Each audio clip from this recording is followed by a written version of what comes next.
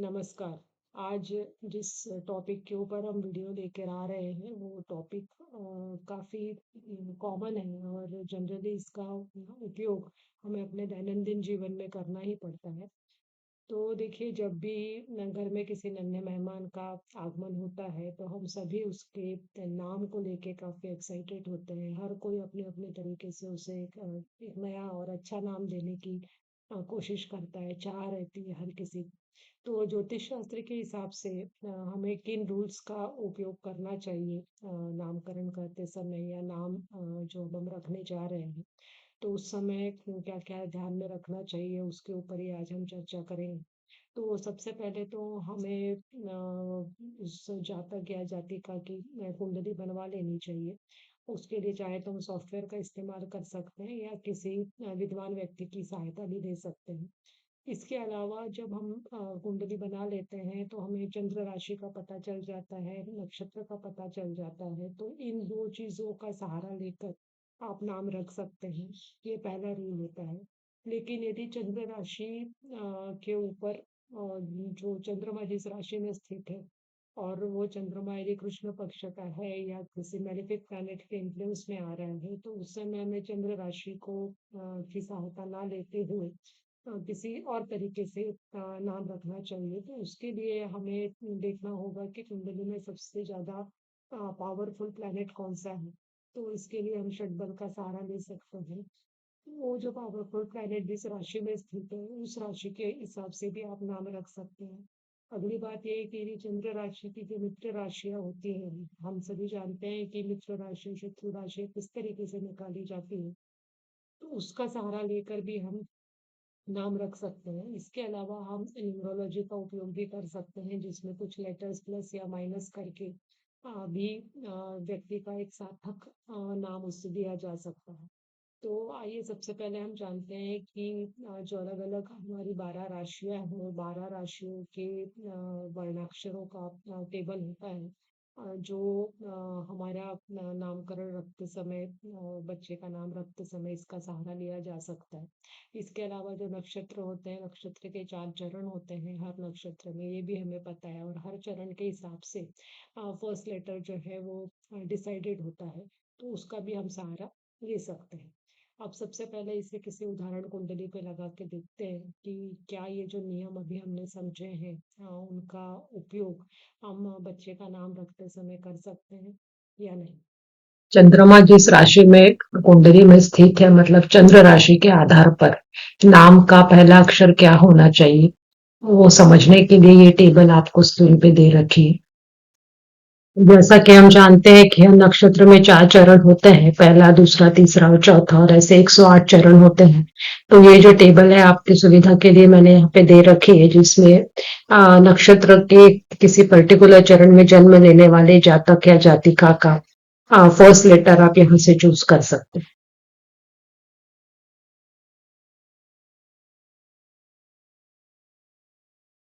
अब ये जो उदाहरण कुंडली आपके सामने स्क्रीन पर है तो यहाँ पे आप देखिए यदि हम पूरी कुंडली की बात करते हैं तो वृश्चिक लग्न की कुंडली है और वहाँ वृश्चिक लग्न में जो है सूर्य बुध केतु ऐसे 3 ग्रह बैठे हुए हैं, राहु सामने बैठा हुआ है। यदि हम चंद्रमा की बात करें तो चंद्रमा मेष राशि में 6th हाउस में बैठा है और सैटर्न जो है वो 8th हाउस में है और चंद्रमा के सामने जो है वो वीनस बैठा है, स्व राशि का है, उसके ऊपर प्रभाव भी डाल रहा है। मतलब चंद्रमा और वीनस एक दूसरे को दृष्टि दे रहे हैं। मार्स की बात की जाए तो मार्स 11th हाउस में बैठा हुआ है, जुपिटर जो है वो उच्च का होके 9th हाउस में बैठा हुआ है।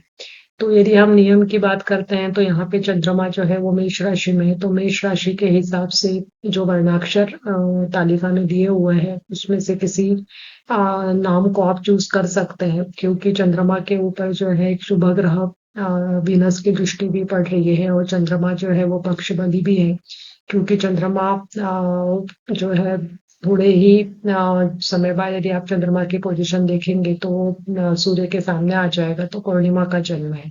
तो इस हिसाब से हम देखेंगे कि चंद्रमा यहाँ पे स्ट्रांग है यद्यपि चंद्रमा यहाँ पे 6वें भाव में बैठा है और 6, 8, 12 भाव कुंडली के अच्छे भाव में नहीं गिने जाते हैं लेकिन चंद्रमा के ऊपर चूंकि अच्छे ग्रह की दृष्टि पड़ रही है। इसके अलावा चंद्रमा के ऊपर यदि आप देखेंगे तो मार्स की भी दृष्टि पड़ रही है, तो मार्स भी चंद्रमा का मित्र है, तो इस प्रकार से चंद्रमा की स्थिति अच्छी है। तो हम मेष राशि के हिसाब से नाम रख सकते हैं।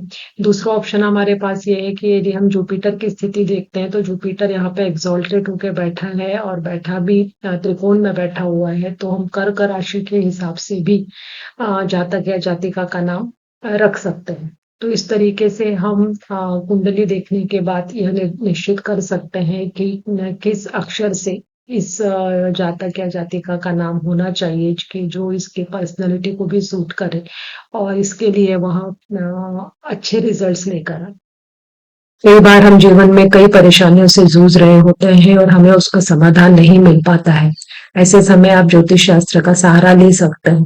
ज्योतिष शास्त्र जो होता है यह हमें एक दिशा दिखाने का काम करता है और कहीं ना कहीं हमें अपनी परेशानियों का हल मिल जाता है। तो आप भी यदि किसी समस्या से समाधान चाहते हैं, परेशान हैं, तो आप स्क्रीन पे दिए हुए इस व्हाट्सएप नंबर पे हमसे संपर्क कीजिए।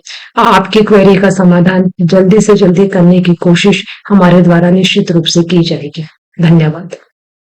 एक और उदाहरण कुंडली आपके सामने स्क्रीन पर है। कन्या लग्न की कुंडली है और लग्नेश जो है बुध, ये नीच का बैठा हुआ है 7th हाउस में, वीनस, केतु और सूर्य के साथ है। इसके अलावा यदि जुपिटर की बात करते हैं तो जुपिटर 10th हाउस में बैठा हुआ है। यदि हम चंद्रमा की बात करते हैं तो चंद्रमा शनि से पीड़ित हो रहा है, 12th हाउस में बैठा हुआ है और मंगल नीच का 11th हाउस में बैठा है। तो जब हम इस जातक या जातिका के नाम के ऊपर चर्चा करें तो सबसे पहले हमारा ध्यान चंद्रमा पे जाता है। तो चंद्रमा यहाँ पे सिंह राशि का है, तो निश्चित रूप से हम सिंह राशि के जो वर्णाक्षर है, इन जो लेटर्स दे रखे हैं आपको टेबल में, उसके ऊपर नाम रखने की कोशिश करेंगे। लेकिन यदि आप यहाँ देखें तो यहाँ चंद्रमा शनि से पीड़ित है, एक बात। 12th हाउस में बैठा हुआ है, दूसरी बात। और हम जानते हैं कि 6, 8, 12 जो हाउसेस होते हैं कुंडली के अच्छे भाव में नहीं गिने जाते हैं, तो बेहतर होगा कि हम सिंह राशि पर आधारित नाम ना रखें। तो अब हमें क्या करना चाहिए, तो आप यहाँ पे देख सकते हैं कि यदि हम शुक्र की बात करते हैं तो शुक्र यहाँ पर उच्च का बैठा हुआ है और वो बन रहा है 9th हाउस का लॉर्ड, साथ में 2nd हाउस का लॉर्ड भी बन रहा है। तो यदि हम केंद्र त्रिकोण की बात करते हैं तो त्रिकोण जो होता है वो ज्यादा पावरफुल स्थान है, उसके ऊपर 9th हाउस सबसे ज्यादा पावरफुल त्रिकोण माना जाता है। तो निश्चित रूप से हम वृषभ राशि पे आधारित नाम रख सकते हैं, जैसे वा, वी, वू, वू, ई, ओ, इन अक्षरों से स्टार्ट होने वाले नाम हम रख सकते हैं। तीसरा ऑप्शन हमारे पास क्या है, तीसरा ऑप्शन ये है कि हम लग्नेश के ऊपर आधारित नाम रखें, क्योंकि लग्नेश बुध जो है उसका नीच भंग हो रहा है 7th हाउस में। तो हम कन्या राशि या मिथुन राशि पर आधारित नाम भी रख सकते हैं, लेकिन कन्या राशि पे नाम रखना ज्यादा उचित होगा, क्योंकि कन्या राशि लग्न में पड़ रही है। उसके ऊपर जो आधारित नाम होते हैं, जैसे पा, पी, पो, पे या शा, इस वर्णाक्षरों से स्टार्ट होने वाले नाम हम रख सकते हैं। तो इस प्रकार से हम सिर्फ चंद्रमा की पोजीशन देखकर ही नाम रखें, यह उचित नहीं है। चंद्रमा की स्थिति को देख लीजिए और उसके बाद डिसाइड कीजिए कि नाम जो है वो किस राशि के ऊपर आधारित होना चाहिए। आइए अगली उदाहरण कुंडली देखें। अब ये जो उदाहरण कुंडली स्क्रीन के ऊपर आपके सामने आ रही है, आपको इस कुंडली को देखना है और बताना है कि ये जो जातक या जातिका है, उनका नाम जो है वो कुंभ राशि के ऊपर आधारित होना चाहिए या फिर कोई और बेटर ऑप्शन हो सकता है। क्यों? क्योंकि कुंभ राशि यहाँ पर जो है वो 6th हाउस में और वहां पे चंद्रमा स्थित है। निश्चित रूप से उसके ऊपर मार्स की दृष्टि भी पड़ रही है और भी ग्रहों की दृष्टि पड़ रही है, जैसे जुपिटर का भी एस्पेक्ट उसके ऊपर पड़ रहा है। तो सारी चीजों को आप समझिए, देखिए और कमेंट बॉक्स में मुझे लिख के बताइए कि किस तरीके का नाम आप इस जातक या जातिका को देना चाहेंगे जो इसके लिए सभी दृष्टि से अच्छा हो। हिंदू धर्म में जो संस्कार बताए गए हैं उसमें से नामकरण संस्कार भी एक महत्वपूर्ण संस्कार है। जन्म के 10वें, 11वें या 12वें दिन यह संस्कार किया जाता है सूतक काल की समाप्ति होने के बाद। और निश्चित रूप से इस संस्कार के लिए किसी विद्वान पंडित का सहारा लिया जाना चाहिए। शुभ मुहूर्त देखकर ही यह संस्कार किया जाना चाहिए। शुभ वारों में भी आप देखें तो सोमवार, शुक्रवार और गुरुवार ये वार अच्छे माने जाते हैं। इसी तरीके से कुछ नक्षत्र भी होते हैं जो शुभ नक्षत्र होते हैं, जैसे मघा हुआ, पुष्य हुआ, उत्तरा आषाढ़ा हुआ, और भी कई नक्षत्र हैं जिस पे आप नामकरण संस्कार कर सकते हैं। इसके अलावा चतुर्थी, नवमी, चतुर्दशी, अष्टमी, अमावस्या या पूर्णिमा इन दिनों में यह संस्कार नहीं किया जाना चाहिए। उसके लिए ये उपयुक्त तिथियां जो है वो नहीं मानी जाती।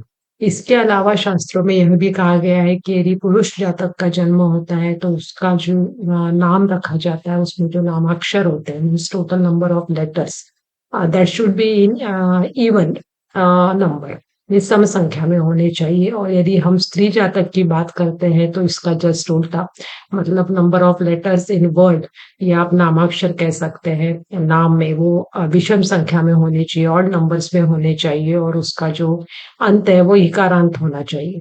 तो इस तरीके की बातें जो है हमारे शास्त्रों में बताई गई है। तो निश्चित रूप से यह जो वीडियो मैंने बनाया है इसका उपयोग करके आप अपने जीवन में नामकरण संस्कार के महत्व को समझ पाए होंगे, इसका किस तरीके से उपयोग किया जाना चाहिए, यह आप समझ गए होंगे। तो अगले आने वाले वीडियो तक आप सभी का बहुत-बहुत धन्यवाद। नमस्कार। यदि आपने ये चैनल को अभी तक सब्सक्राइब नहीं किया है, तो प्लीज़ इसे सब्सक्राइब कीजिए, लाइक कीजिए, शेयर कीजिए। आप अपने कमेंट्स भी हमें लिख के भेज सकते हैं कि आप किस तरीके के विषयों पर वीडियो चाहते हैं। और जैसे कि मैंने आपको पहले भी बताया कि यदि आप किसी परेशानी से जूझ रहे हैं और उसका समाधान चाहते हैं, तो जो स्क्रीन पे हमारा व्हाट्सएप नंबर दिया है, उस पे आप संपर्क कर सकते हैं। कोशिश करूँगी मैं कि आपकी समस्या को यथाशीघ्र सुलझाऊँ और समाधान आपको दे सकूँ। नमस्कार, धन्यवाद।